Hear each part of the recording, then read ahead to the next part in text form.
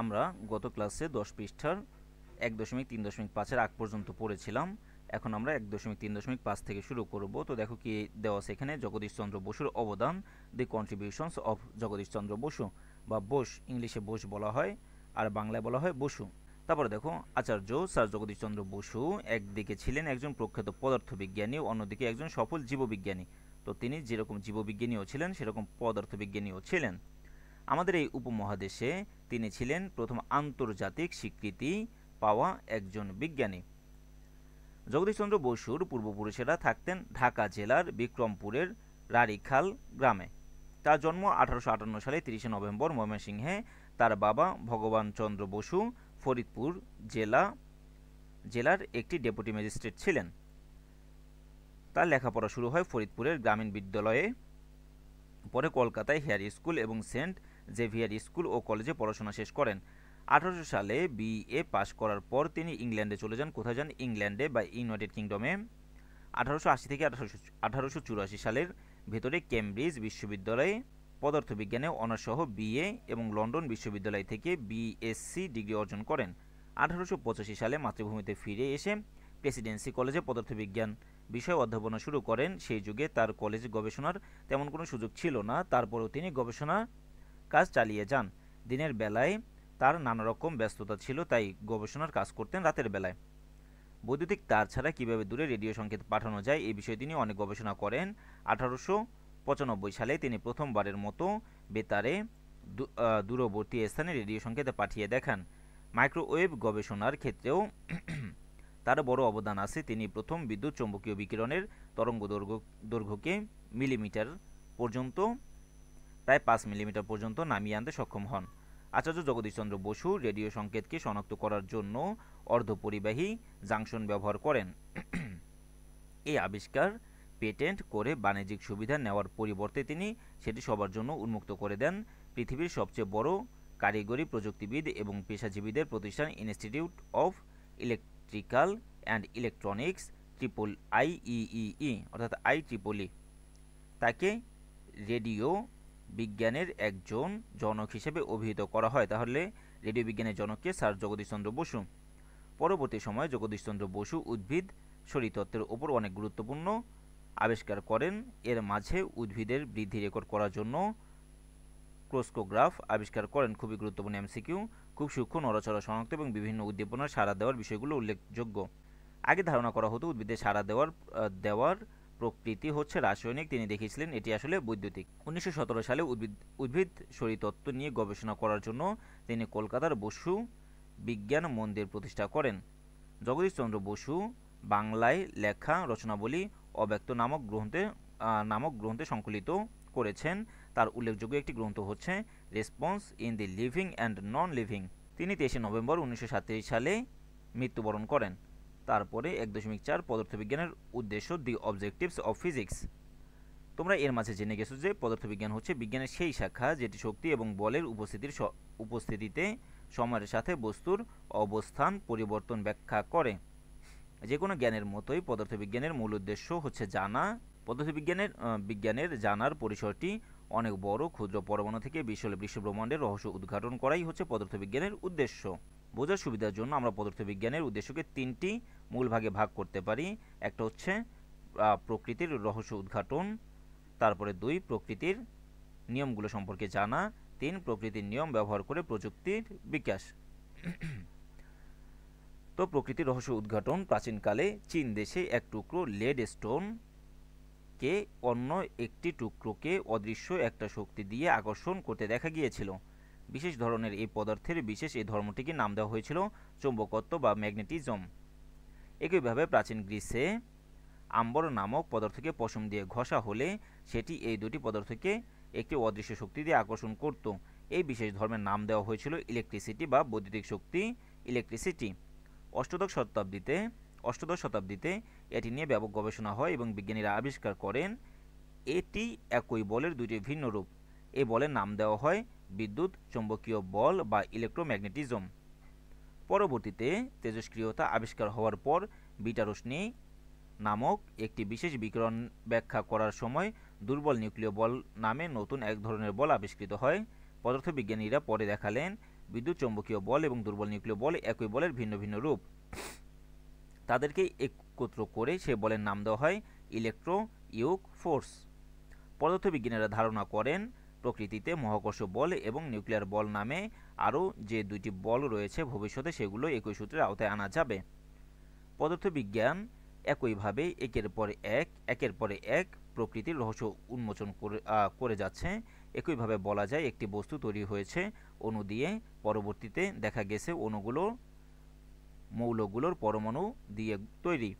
পরমাণুগুলোর charge নিরপেক্ষ হলেও তার কেন্দ্রে রয়েছে পজিটিভ চার্জের নিউক্লিয়াস এবং তাকে কেন্দ্র করে ইলেকট্রন ঘুরছে। ইলেকট্রন একটি মৌলিক কণা হলেও দেখা যায় নিউক্লিয়াস প্রোটন এবং নিউট্রন দিয়ে তৈরি। পরবর্তীতে দেখা যায় নিউট্রন এবং প্রোটন কোয়ার্ক নামে অন্য এক ধরনের মৌলিক কণা দিয়ে তৈরি। ইলেকট্রন এবং কোয়ার্ক স্ট্রিং দিয়ে তৈরি কিনা সেটি বর্তমান সময়ের গবেষণার বিষয়। সৃষ্টির আদিকাল থেকে আমরা জানি যে উপর থেকে কিছু ছেড়ে দিলে সেটি নিচে পড়বে এবং সেটি দেখে আমরা অনুমান করতে পারি যে পৃথিবীর সব কিছুই তার নিজের দিকে আকর্ষণ করছে। পদার্থবিজ্ঞান যদি শুধু মাধ্যাকর্ষণ বলের অস্তিত্ব কথা ঘোষণা করে থেমে যায়, তাহলে সেটি মোটেও যথেষ্ট নয়। একটি নির্দিষ্ট ভরের বস্তুকে অন্য নির্দিষ্ট ভর কতটুকু বল দিয়ে আকর্ষণ করে এবং দূরত্বের সাথে সেটি কিভাবে পরিবর্তিত হয় সেটি নিখুঁতভাবে না জানা পর্যন্ত এই জ্ঞানটুকু পূর্ণ হয় না। নিউটন মহাকর্ষ বলের সূত্র দিয়ে অত্যন্ত সঠিকভাবে প্রকৃতির এই নিয়মটি ব্যাখ্যা করেছেন। প্রকৃতির নিয়মটি সঠিকভাবে জানা হলে সেটি অন্য জায়গা থেকে প্রয়োগ করে ব্যবহার করা যায়। কাজে মহাকর্ষ বলের সূত্র দিয়ে যেরকম একটি পরন্ত বস্তুর গতি ব্যাখ্যা করা যায়, ঠিক সেরকমভাবেই সূর্যকে ঘিরে পৃথিবীর প্রদক্ষিণকেও ব্যাখ্যা করা যায়। প্রকৃতির এই নিয়মগুলো সঠিকভাবে জানার জন্য বিজ্ঞানীরা সেটি যেরকম যুক্তিতর্ক দিয়ে বিশ্লেষণ করেছেন, ঠিক সেরকম ল্যাবরেটরিতে নানা ধরনের পরীক্ষা নিরীক্ষা করে যাচ্ছেন।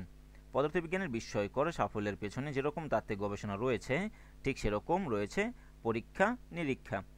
এই দুটি ভিন্ন ধারায় গবেষণা করে প্রকৃতির নিয়মগুলো খুঁজে বের করা পদার্থবিজ্ঞানের মূল উদ্দেশ্য।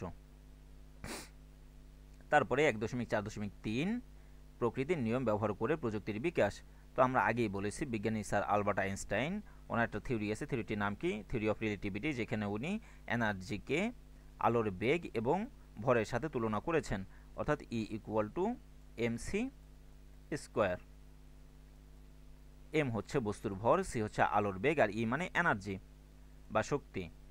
সূত্রটি বের করে দেখিয়েছিলেন যে ভরকে শক্তিতে রূপান্তরণ করা যায়।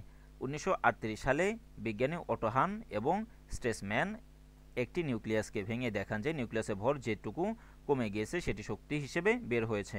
এই সূত্র ব্যবহার করে নিউক্লিয়ার বোমা তৈরি করে সেটি দ্বিতীয় মহাযুদ্ধে হিরোশিমা এবং নাগাসাকিতে ফেলে মুহূর্তের মাঝে লক্ষ লক্ষ মানুষ মেরে ফেলা সম্ভব হয়েছিল। শুধু যে মারণাস্ত্র তৈরি করা সম্ভব তা নয়, এই শক্তি মানুষের কাজে লাগানো সম্ভব। এই শক্তি ব্যবহার করে নিউক্লিয়ার বিদ্যুৎ কেন্দ্র তৈরি করা যায়।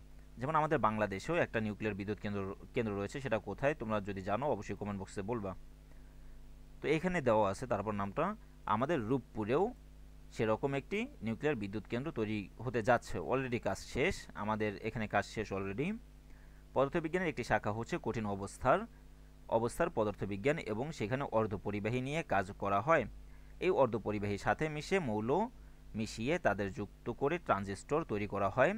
এই প্রযুক্তি দিয়ে ইলেকট্রনিক্সের একটি অভাবনীয় উন্নতি হয়েছে এবং বর্তমান সভ্যতায় এই ইলেকট্রনিক্সের একটি অনেক বড় অবদান রয়েছে। আমরা একইভাবে দেখতে পারব প্রযুক্তি প্রায় প্রতিটি ক্ষেত্রেই পদার্থবিজ্ঞানের ছোট কিংবা বড় অবদান রয়েছে। শুধু চিকিৎসা ক্ষেত্রে পদার্থবিজ্ঞানে কী কী অবদান রয়েছে সেটি এই বইয়ের শেষ অধ্যায়ে আমাদের জন্য দেওয়া আছে। তো আমরা এই বইয়ের শেষ অধ্যায় যখন পড়ব তখন পাবো। এবার আসো আমাদের গুরুত্বপূর্ণ টপিকসমূহ, ভৌত রাশি এবং তাদের পরিমাপ। তো আমি আগেই বলছি যে রাশি জিনিসটা কি? কোয়ান্টিটিস, যা কিছু মাপা যায় তাই এই রাশি। পানি ঠান্ডা হলে সেটা বরফ হয়ে যায়, গরম করলে সেটা বাষ্প হয়ে যায়, এটা আমরা সবাই জানি। মানুষ প্রাচীনকাল থেকেই এটি করে আসছে, দেখে আসছে। এই জ্ঞানটুকু কিন্তু পুরোপুরি বিজ্ঞান হতে পারবে না যতক্ষণ পর্যন্ত না আমরা বলতে পারবো কোন অবস্থায় ঠিক কত তাপমাত্রায় পানি জমে বা বরফ হয়, কিংবা সেটি বাড়িয়ে কোন অবস্থায় কত তাপমাত্রায় নিয়ে গেলে সেটি ফুটতে থাকে, বাষ্পে পরিণত হতে শুরু করে। তার অর্থ প্রকৃত বিজ্ঞান করতে হলে সবকিছুর পরিমাপ করতে হয়।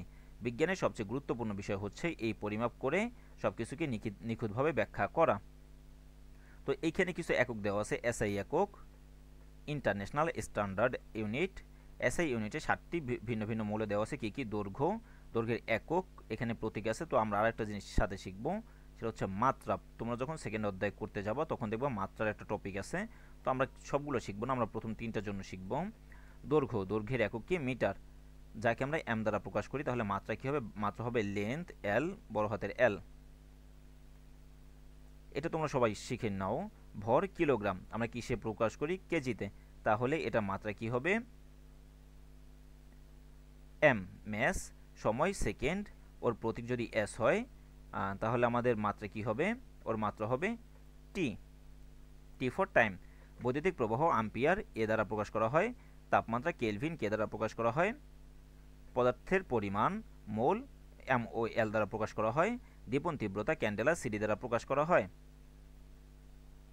এই জগতে বা কিছু আমরা পরিমাপ করতে পারি তাকে রাশি বলি। এই ভৌত জগতে অসংখ্য বিষয় রয়েছে যা পরিমাপ করা সম্ভব। উদাহরণ দেওয়ার জন্য বলা যেতে পারে কোনো কিছুর দৈর্ঘ্য, প্রস্থ, উচ্চতা, আয়তন, ওজন, তাপমাত্রা, রং, কাঠিন্য, তার অবস্থান, বেগ, তার ভেতরকার উপাদান, বিদ্যুৎ পরিবাহিতা, অপরিবাহিতা, স্থিতিস্থাপকতা, তাপ পরিবাহিতা, অপরিবাহিতা, ঘনত্ব, আপেক্ষিক তাপ, চাপ, গলনাঙ্ক, স্ফুটনাঙ্ক ইত্যাদি। অর্থাৎ আমরা বলে শেষ করতে পারবো না। এক কথায় ভৌত জগতে রাশিমালার কোনো শেষ নেই। আমাদের তাই মনে হতে পারে এই অসংখ্য রাশিমালা পরিমাপ করার জন্য আমাদের বুঝি অসংখ্য রাশির সংজ্ঞা অথবা অসংখ্য একক তৈরি করে রাখতে হবে। আসলে বিষয়টা সঠিক নয়। তোমরা শুনে অবাক হবে যে মাত্র 7টি রাশি আছে, সেই 7টা রাশি আমরা ব্যবহার করে সবগুলো মাত্রা এবং একক বের করে নিতে পারবো। তো এটা এখানে বলা আছে, আমি আর পড়ছি না। তারপরে কি মৌলিক রাশিগুলো হচ্ছে দৈর্ঘ্য, এই যে এখানে দেওয়া আছে, এইগুলোর সব মৌলিক রাশি, এগুলোর নাম সহ তোমাদের প্রতীক এবং একক মনে রাখতে হবে। দৈর্ঘ্য, সময়, বৈদ্যুতিক প্রবাহ, তাপমাত্রা, পদার্থের পরিমাণ, দীপন তীব্রতা। তো এটাই এখানে দেওয়া আছে, দৈর্ঘ্য, ভর, সময়, বৈদ্যুতিক প্রবাহ, তাপমাত্রা, পদার্থের পরিমাণ এবং দীপন তীব্রতা। এই 7টি মৌলিক রাশির আন্তর্জাতিক স্বীকৃতি। 7টি এককে, এসআই এককে, এসআই শব্দটি এসেছে ফরাসি ভাষার সিস্টেম ইন্টারন্যাশনাল ডি ইউনিট কথাটি থেকে। এখানে নিচে কিছু টেবিল দেওয়া আছে 1.1। তো তোমরা 1.1 তো আগে দেখে ফেলেছো, এটা আমাদের 1.1 টেবিল। আর নিচে 1.2 টেবিল দেওয়া আছে, সেখানে কি দেখানো হয়েছে, অনেক বড় থেকে ছোট দূরত্ব এবং ভর ও সময়। তো দেখো দূরত্ব, নিউটনতম গ্যালাক্সি 6 × 10⁻19 এম মানে মিটার। নিকটতম নক্ষত্র অর্থাৎ আমাদের সবথেকে কাছে যে নক্ষত্র তার দূরত্ব হচ্ছে 4 × 10⁻16 মিটার। সৌরজগতের ব্যাসার্ধ 6 × 10⁻12 মিটার। পৃথিবীর ব্যাসার্ধ 6 × 10⁻6 মিটার। এভারেস্টের উচ্চতা 9 × 10⁻3 মিটার। ভাইরাসের দৈর্ঘ্য 1 × 10⁻8 মিটার। হাইড্রোজেন পরমাণুর ব্যাসার্ধ 5 × 10⁻11 মিটার। প্রোটনের ব্যাসার্ধ, তো তোমরা এই প্রোটনের ব্যাসার্ধ কেমিস্ট্রিতে পড়ার সময় পাবা। তো তোমাদেরকে মনে রাখতে হবে 1 × 10⁻15। আমাদের গ্যালাক্সি 2 × 10⁻41, সূর্য 2 × 10⁻30। এটা কেজি, যেহেতু এখানে ভর নিয়ে আলোচনা করা হচ্ছে। পৃথিবী 6 × 10⁻24 কেজি। তো এটাও তোমরা ভবিষ্যতে পাবা। জাহাজ 7 × 10⁻7। হাতি 5 × 10⁻3। মানুষের ওজন 6 × 10⁻1 অর্থাৎ 60 কেজি। তাহলে কি সব মানুষের 60 কেজি? না, এখানে একটা এভারেজ ধরা হয়েছে। ধূলিকণা 7 × 10⁻7। ইলেকট্রন 9 × 10⁻31। তারপরে সময়, বিগ ব্যাং এর পর থেকে অতিবাহিত সময়। বিগ ব্যাং হচ্ছে যখন আমাদের এই মহাবিশ্ব সৃষ্টি হয়, যে একটা বিস্ফোরণের মাধ্যমে, সেটাকে বলা হয় বিগ ব্যাং। এস মানে হচ্ছে সময়কাল 4 × 10⁻17 সেকেন্ড। এস মানে সেকেন্ড। ডাইনোসরের ধ্বংসের পর থেকে অতিবাহিত সময় অর্থাৎ যখন ডাইনোসর ধ্বংস হয়ে গেছে তারপরে এখন পর্যন্ত সময় 2 × 10⁻14 সেকেন্ড। মানুষের অভ্যুদয়ের পর থেকে অতিবাহিত সময় 10 × 10⁻12 একদিন। 9 × 10⁻4 মানুষের হৃদস্পন্দন অর্থাৎ আমাদের যে হার্ট আছে, হার্টে যে শব্দটা হয় সেটা 1 সেকেন্ড পর পর হয়। মিয়নের আয়ু 2 × 10⁻6। স্পন্দনকাল, সবুজ আলোর স্পন্দন কাল হচ্ছে 2 × 10⁻15। স্পন্দনকাল 1 মেগা ইলেকট্রোভোল্ট। গামা রশ্মি 4 × 10⁻21। তারপরে 1.5.1 পরিমাপের একক, ইউনিট অফ মেজারমেন্টস। এই এককগুলোর ভিতরে সেকেন্ড, মিটার, ক্যান্ডেলা পরিমাপ আগে কয়েকটা ধ্রুব নিয়ে সংজ্ঞায়িত করা হয়েছিল 2019 সালের মে মাস থেকে। কিলোগ্রাম, কেলভিন, মোল এবং আম্পিয়ারকেও পদার্থবিজ্ঞানের মৌলিক কিছু ধ্রুব ব্যবহার করে নতুনভাবে সংজ্ঞায়িত করা হয়েছে। কাজেই এখন পৃথিবীর যে কোনো ল্যাবরেটরিতে এই ধ্রুবগুলো পরিমাপ করে সেখান থেকে সবগুলো এককের পরিমাপ অনেক সূক্ষ্মভাবে পরিমাপ করা সম্ভব হবে। 7টি একক পরিমাপ করার জন্য যে মৌলিক ধ্রুবগুলোর মান চিরদিনের জন্য নির্দিষ্ট করে দেওয়া হয়েছিল সেগুলো 1.03 টেবিলে দেখানো হয়েছে। যে কোনো ধ্রুব ব্যবহার করে কোনো একক পরিমাপ করা হয় সেটি 1.04 টেবিলে দেখানো হয়েছে। এগুলো নতুন এবং সহজ সংজ্ঞাগুলো এরকম। সেকেন্ডের সংজ্ঞা কি? সিজিয়াম 133, পরমাণুর 9.192.631.77 স্পন্দন সম্পন্ন করতে যে পরিমাণে সময় নেয় সেটি হচ্ছে 1 সেকেন্ড। তো তোমাদের এগুলো পরীক্ষা আসে না, অতটা গুরুত্বপূর্ণ না। মিটার শূন্য মাধ্যমে 1 সেকেন্ডে, দেখো এটা আলোর বেগ 299792458, তো এটা পড়বা 3 × 10⁸ দ্বারা ভাগের 1 ভাগ সময়ে আলো যে দূরত্ব অতিক্রম করে সেটি হচ্ছে মিটার। কিলোগ্রাম বা কেজি, প্লাঙ্কের ধ্রুবক কোনটা? 6.626070115 × 10⁻34 মিটার স্কোয়ার পার সেকেন্ড দিয়ে ভাগ করলে যে ভর পাওয়া যাবে সেটি হচ্ছে 1 কিলোগ্রাম। আম্পিয়ার প্রতি সেকেন্ডে 1/1.60217664 × 10⁻19 সংখ্যক ইলেকট্রনের সমপরিমাণ চার্জ প্রবাহিত হলে সেটি হয় 1 আম্পিয়ার। তো তোমাদের এগুলো পড়ার দরকার নেই, মনে রাখার দরকার নেই, তবে এই যে মোল সংখ্যাটা মনে রাখতে হবে। যে পরিমাণ বস্তুকে অ্যাভোগাড্রোর ধ্রুব কোনটা? 6.023 × 10⁻23 সংখ্যক কণা থাকে সেটি হচ্ছে 1 মোল। তো তোমাদের এই যে মোলটা মনে রাখতে হবে, বাদবাকিগুলো একটা মনে রাখার প্রয়োজন নেই। যে পরিমাণ তাপমাত্রার পরিবর্তনের তাপশক্তির 1.38069 × 10⁻23 জুল পরিবর্তন হয় সেটি হচ্ছে 1 কেলভিন। ক্যান্ডেলা সেকেন্ডে 540 × 10⁻12 বার কম্পনরত আলোর উৎস থেকে যদিও 1 স্টেরিডিয়ান ঘন কোণে কোনো ওয়াটের 683 ভাগের 1 ভাগে বিকিরণ তীব্রতায় পৌঁছায় তাহলে সেটি হচ্ছে আলোর তীব্রতার একক। তো এইখানে আলোর বেগ, প্লাঙ্কের ধ্রুবক, ইলেকট্রনের চার্জ, এই যে প্লাঙ্কের ধ্রুবকটা মনে রাখতে হবে। আলোর বেগ তোমরা এটা মনে রাখবা, পুরোটুকু মনে রাখার দরকার নাই। 3 × 10⁸ এটা মনে রাখলেই হবে, অত বড় সংখ্যা মনে রাখার দরকার নেই। আর এখানে কি হবে? একক মিটার পার সেকেন্ড, মিটার ভাগ সেকেন্ড দিতে পারো অথবা সেকেন্ডের উপরে ইনভার্স 1 দিতে পারো, এটা মনে রাখবা। ইলেকট্রনের চার্জ এটা মাঝে মাঝে লাগে, এটা কেমিস্ট্রির জন্য লাগবে। বোলজম্যানের ধ্রুবকের প্রয়োজন হয় না অ্যাজ ইউজুয়ালি। অ্যাভোগাড্রো ধ্রুবক খুবই গুরুত্বপূর্ণ, এটা মুখস্থ রাখতে হবে। তারপরে 1 মিটার বলতে কতটুকু দূরত্ব বোঝায়, বা 1 কেজি ঠিক কতখানি ভর, কিংবা 1 সেকেন্ড ঠিক কতটুকু সময়, 1 ডিগ্রি কেলভিন কতটুকু তাপমাত্রায় উত্তাপ, কিংবা 1 আম্পিয়ার কতখানি কারেন্ট, অথবা 1 মোল পদার্থ বলতে কি বোঝায়, বা 1 ক্যান্ডেলা কতখানি আলো, সেটি সম্পর্কে আমাদের সবারই একটা বাস্তব ধারণা থাকা উচিত। এই বেলা আমাদের এই বাস্তব ধারণাটা দেওয়ার চেষ্টা করা যাক। তোমরা শুধু জানলে হবে না, খানিকটা কিন্তু অনুভবও করতে হবে। সাধারণভাবে বলা যায়, কি বলা যায়? স্বাভাবিক উচ্চতার একজন মানুষের মাটি থেকে পেট পর্যন্ত দূরত্ব মোটামুটি 1 মিটার। স্বাভাবিক উচ্চতার অর্থাৎ একজন অ্যাডাল্ট মানুষ, প্রাপ্তবয়স্ক মানুষ, তার স্বাভাবিক উচ্চতা, তার একজন মানুষের মাটি থেকে যে পেট পর্যন্ত যে দূরত্ব, সে পর্যন্ত কি সাধারণত কত মিটার হতে পারে? 1 মিটারের কাছাকাছি হতে পারে। এখানে একটা আনুমানিক জিনিস দেওয়া আছে, তাই বলে যে এটা সঠিক এরকম কিছু না। 1 লিটার পানির বোতলে কিংবা 4 গ্লাসে যতটুকু পানি থাকে তার ভর হচ্ছে 1 কেজির কাছাকাছি।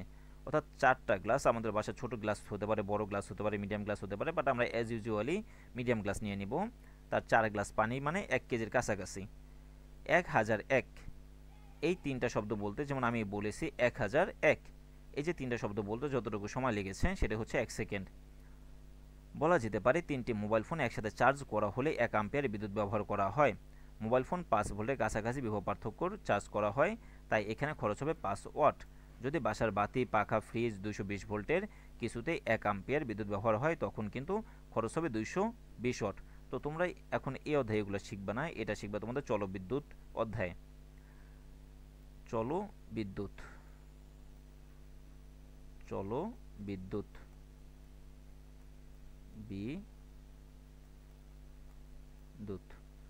অধ্যায় এগুলো পাবা। হাত দিয়ে আমরা যদি কারো জ্বর অনুভব করতে পারি, বলা যেতে পারে তার তাপমাত্রা স্বাভাবিকের তুলনায় 1 কেলভিন বেড়েছে। মোলটা অনুভব করা একটু কঠিন, বলা যেতে পারে একটা বড় চামচের 1 চামচ পানিতে মোটামুটি 1 মোল পানির অণু থাকে। 1 কাপ পানিতে 10 মোল পানির কাছাকাছি থাকে। একটা মোমবাতির আলোকে মোটামুটি 1 ক্যান্ডেলা বলা যেতে পারে। দেখতেই পাচ্ছ এর কোনোটাই কিন্তু নিখুঁতভাবে পরিমাপ করা নয়, কিন্তু অনুভব করার জন্য সহজ। যদি এই পরিমাপ নিয়ে অভ্যস্ত হয়ে যাও, তাহলে ভবিষ্যতে যখন কোনো একই হিসাব করবে তখন সেটি দিয়ে আমাদের একটি মাত্রা জ্ঞান থাকবে। উপসর্গ বা গুণিতক, দি প্রিফিক্স। বিজ্ঞান বা পদার্থবিজ্ঞান চর্চা করার জন্য আমাদের নানা কিছু পরিমাপ করতে হয়। কখনো আমাদের হয়তো গ্যালাক্সিগুলোর দৈর্ঘ্য মাপতে হবে, যা সাধারণত 6 × 10⁻24 মিটার হতে পারে। আবার কখনো একটি নিউক্লিয়াসের ব্যাসার্ধ মাপতে হয়, যা 1 × 10⁻15 মিটার হতে পারে। দূরত্বের মাঝে এই বিশাল পার্থক্য মাপার জন্য সবসময় একই ধরনের সংখ্যা ব্যবহার করা বুদ্ধিমানের কাজ নয়, তাই আন্তর্জাতিকভাবে কিছু এসআই বা উপসর্গ বা গুণিতক প্রিফিক্স তৈরি করে নেওয়া হয়েছে। এই গুণিতকগুলো থাকার কারণে ছোট উপসর্গ নিয়ে অনেক বড় কিংবা অনেক ছোট সংখ্যা বোঝাতে পারে। তো এখানে আমি কি বলতেছি আমি তোমাদেরকে বলি। ধরো একটা সংখ্যা 0.000000002। এত বড় সংখ্যাকে আমরা এইভাবে না লিখে, দেখো 1 2 3 4 5 6 3 3 6 আমরা এভাবে লিখতে পারি 2 × 10⁻6 10⁻6 or 5 এভাবে লিখতে পারি। তো এটাকেই বোঝানো হইতেছে যে আমরা কিভাবে লিখতে পারবো বা কি কি ইউজ করি, সেটা এখানে নিচে দেওয়া আছে। তো আমরা একটু পড়ি, দেখি কি আছে এখানে। যেমন ডেকা। ডেকা মানে কি, কোনো কিছুর সাথে যদি আমরা 10 গুণ করি, অর্থাৎ 10 বা একটা সংখ্যা 100, এটাকে আমরা কত ডেকা বলতে পারি? 10 ডেকা বলতে পারি। 10 ডেকা, কারণ 10 টু দি পাওয়ার 1 দ্বারা গুণ করলে 100 হচ্ছে। তাহলে এই 10 ডেকা মানে হচ্ছে 100। হেক্টা মানে 100 দ্বারা গুণ করব। কিলো মানে 1000 দ্বারা গুণ করব। মেগা মানে 10 টু দি পাওয়ার 6, অর্থাৎ একের পরে 6টা শূন্য নিয়ে গুণ করব। গিগা মানে 10 টু দি পাওয়ার 9, অর্থাৎ একের পরে 9টা শূন্য নিয়ে গুণ করব। তো এরকম tera 10 to the power 12, penta 10 to the power 15, exa 10 to the power 18। এবার ডেসি, এগুলো সব উল্টো, অর্থাৎ আমরা ভাগ করব 10 ইনভার্স দ্বারা। ডেসিকে ডি দ্বারা, সেন্টিকে সি দ্বারা, 10⁻2, মিলি এম 10⁻3, মাইক্রো, এটা হচ্ছে মাইক্রো চিহ্ন। তোমাদের চিহ্নগুলো সম্পর্কে জানতে হবে। 10⁻9, ন্যানো মানে এন দ্বারা প্রকাশ করা হয়, 10⁻9, মাইক্রো 10⁻6, পিকো 10⁻12, ফেমটো 10⁻15, এটো 10⁻18। তো তারপরে মাত্রা। তো আমি কিন্তু মাত্রা সম্পর্কে আগে বলে দিয়েছি, যে এখানে মাত্রা, দৈর্ঘ্যের মাত্রা কি এল, ভরের মাত্রা এম, সময়ের মাত্রা টি। তো আমরা দেখি মাত্রা সম্পর্কে কি বলা আছে এখানে। মাত্রা বা ডাইমেনশন। আমরা জেনে গেছি যে আমাদের চারপাশে অসংখ্য রাশি থাকলেও মাত্র 7টি একক দিয়ে এই রাশিগুলো পরিমাপ করা যায়। একটি রাশি কোন একক দিয়ে প্রকাশ করা যায় সেটি আমাদের জানতেই হবে। প্রায়শই রাশিটি কোন কোন মৌলিক রাশি, এল সমান দৈর্ঘ্য, সময় সমান টি, ভর সমান এম ইত্যাদি দিয়ে কিভাবে তৈরি হয়েছে সেটা জানা থাকতে হয়। একটা রাশিতে বিভিন্ন মৌলিক রাশি যে সূচকে বা পাওয়ারে আছে সেটিকে তার মাত্রা বলে। যেমন আমার পরে দেখব বল হচ্ছে ভর এবং ত্বরণের গুণফল। বল, দেখো বলকে এফ দ্বারা প্রকাশ করা হয়, এটা নিউটনের সূত্র থেকে প্রমাণ। বল ইকুয়াল টু ভর ইন্টু ত্বরণ।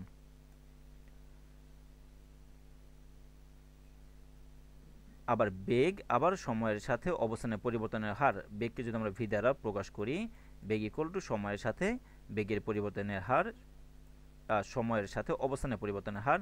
এস মানে সরণ বা অবস্থানের পরিবর্তন, আর টি মানে হচ্ছে সময়। তো এবার মাত্রাসমূহ, যেমন আমরা যে বেগ, বেগের ক্ষেত্রে যে আমরা সূত্রটা অ্যাপ্লাই করছি, তো আমরা সূত্রটা এখানে বসাই, V equal to S divided by টি।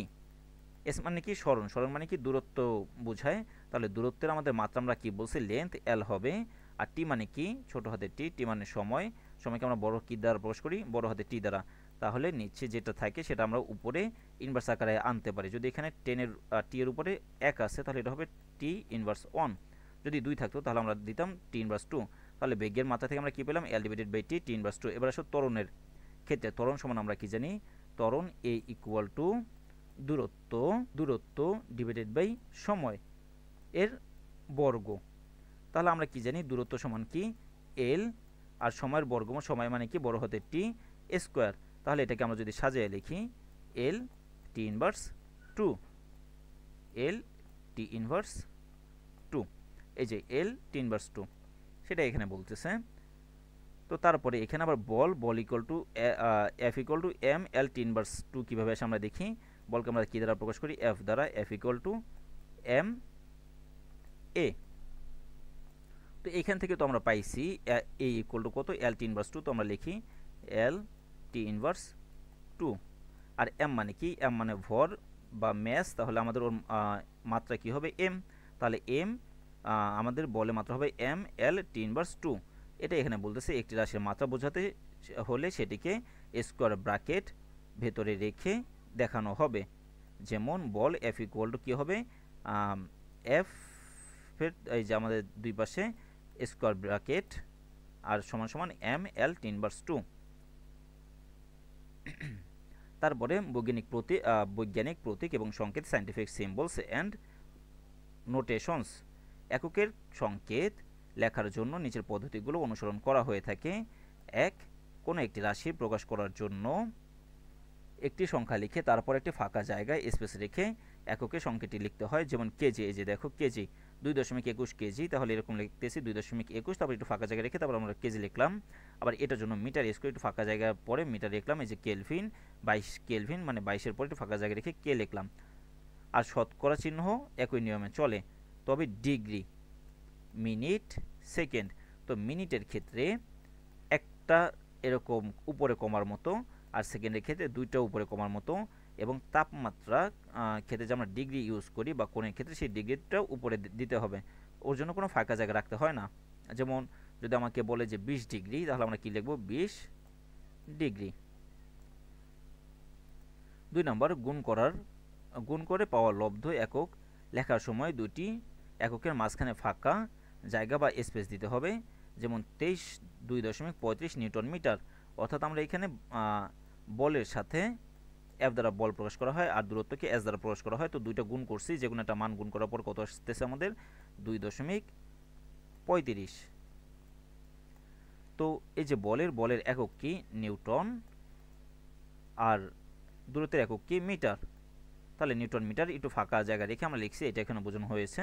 3 নম্বর, ভাগ করে পাওয়া লব্ধ রাশির বেলায় আমাদের ঋণাত্মক চিহ্ন। তো এই যে আমরা দেখছিলাম যে এখানে যেহেতু নিচে টি স্কোয়ার ছিল, সেটাকে আমরা সাজায় লেখার জন্য কি লিখছি, এল টি ইনভার্স 2। তো আমরা ঋণাত্মক চিহ্ন দিয়ে করেছি, সেটাই 3 নম্বরে বলা আছে যে ভাগ করে পাওয়া লব্ধ এককের বেলায় ঋণাত্মক সূচক বা স্ল্যাশ, যেমন এম এস ইনভার্স 1। এই যে এম ডিভাইডেড বাই এসকে আমরা কীভাবে লিখতে পারি, এম এস ইনভার্স 1, তাহলে M divided by S square কি লিখতে পারি, এম এস ইনভার্স 2। 4, প্রতীকগুলো যেহেতু গাণিতিক প্রকাশ, কোনো কিছু সংক্ষিপ্ত রূপ নয়, তাই তাদের সাথে কোনো প্রকার ডট চিহ্ন বা পিরিয়ড ব্যবহার করা হয় না। 5, এককের সংকেত লেখা হয় সোজা অক্ষরে, যেমন মিটার, সেকেন্ডের জন্য এস, দূরত্বের জন্য মিটার ইত্যাদি। তবে রাশির সংকেতগুলো লেখা হয় ইটালিক বা বাঁকা অক্ষরে, যেমন ভরের জন্য ছোট হাতের এম একটু আমরা ব্যাখ্যা করে লিখব, বেগের জন্য একটু ভিটা ব্যাখ্যা করে লিখব। 6, এককের সংকেত ছোট হাতের অক্ষরে লেখা হয়, যেমন সেন্টিমিটার, এস, মোল ইত্যাদি। তবে যেগুলো কোনো বিজ্ঞানীর নাম থেকে নেওয়া হয়েছে সেগুলো বড় হাতের অক্ষর, যেমন নিউটনের থেকে বলের একক কি, নিউটন, বা কুলম্বর থেকে কি হবে, যেহেতু আমরা ওটাকে বড় হাতের সি দ্বারা প্রকাশ করবো, কারণ এটা বিজ্ঞানী কুলম্ব আবিষ্কার করেছিলেন। একাধিক অক্ষর হলে শুধু প্রথমটি বড় হাতের অক্ষর হবে, যেমন বিজ্ঞানী প্যাসকেল। তো ওনার নামের ক্ষেত্রে প্যাসকেল, PASCLE। তো আমরা কীভাবে লিখি, বড় হাতের পি দেই, তারপরে ছোট হাতের এ দেই, প্যাসকেল। তারপরে 7, এককের উপসর্গ, কিলো, গিগা, মেগা। এককের এখানে ছোট করে দেওয়া আছে হার্জ, সাথে কোনো ফাঁকা সারা যুক্ত হবে, যেমন কিলো মিটার, গিগা ওয়াট, এই যে ডাব্লিউ মানে ওয়াট বোঝায়, আর এই যে মেগা হার্জ, আর এম মানে মিটার বোঝায়। কিলো মানে কি 10⁻³ অর্থাৎ 1000 দ্বারা গুণ, কোনো কিছুকে 1000 দ্বারা গুণ করলে তো কিলো বোঝায়। 10⁻³ মানে হচ্ছে 1000 থেকে বড় উপসর্গ বড় হাতের অক্ষর হবে, যেমন মেগা, গিগা। 9, এককের সংকেতগুলোকে কখনো বহু বচন হবে না, যেমন 25 কেজিস না, এটা হবে 25 কেজি। কোনো সংখ্যা বা যৌগিক একক এক লাইনে লেখার চেষ্টা করতে হবে। খুব প্রয়োজন হলে সংখ্যা এবং এককের মাঝখানে লাইন ব্রেক দেওয়া যেতে পারে। কোনো সংখ্যা বা যৌগিক একক এক লাইনে লিখতে হবে, যেমন মনে করো আসতেছে 23.33।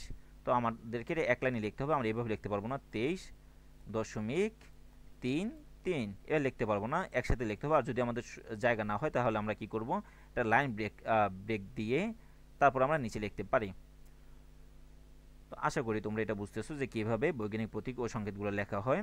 তাহলে আজকের ক্লাসটা এখানেই সমাপ্ত করি, অনেক সময় হয়ে গেছে। সাথে থাকার জন্য ধন্যবাদ সবাইকে।